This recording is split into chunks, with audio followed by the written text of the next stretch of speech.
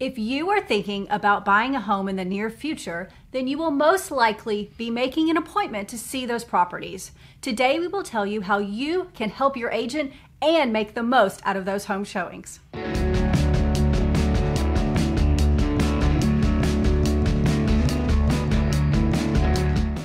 Showing homes can be both the hardest and most rewarding part of a realtor's job. Now, I know some of you will say, how can just driving around looking at houses be hard? It's not that part that makes it difficult. It's the scheduling. You know, Casey is right.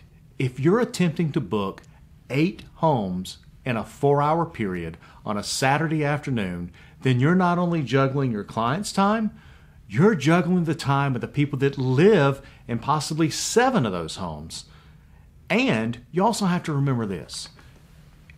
When you pull up to some of those properties, there'll be an agent coming out with clients, and when you walk out, a lot of times there'll be an agent walking in with theirs. So you're really on a tight schedule in a busy market to see when you're trying to see a lot of homes. So that is why it is so hectic. It only takes one, and we've had this happen before, where the seller calls for house number 4 on the list and says, "We just had a child throw up. You can't come see our house today."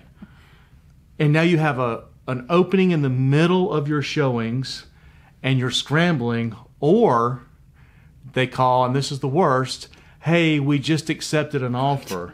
And we've had that happen before. A number of times, yes. Second home and the 5th home of the day accepted offers when we get out there. So it's a very hectic time for your agent. Your agent's also trying to keep notes because they need to give feedback. And it's very important for them to give feedback. And they want to answer your questions. Right. But they're trying to juggle the schedule, traffic. There's a lot that goes on in keeping that schedule. I always tell Casey she's the navigator. And I do kind of like the front seat microphone narration. You know, we're passing this neighborhood on the right. It's only 3 miles from Jordan-Hare Stadium.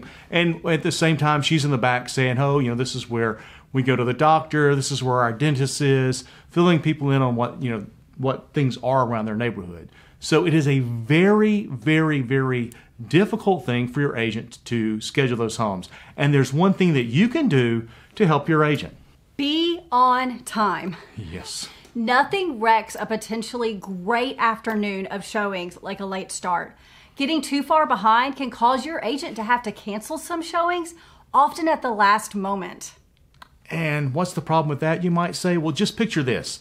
Let's say you're selling your home and the night before you didn't cook supper because you know you're having a showing the next morning. So you took your kids out to eat so you wouldn't wreck your kitchen. You spent all morning cleaning your house. You had the dogs carried out of the home. You made sure you've got the kids somewhere to be, and you're going to get out of your house for an entire hour, even though you work from home and you really have some work you need to get to.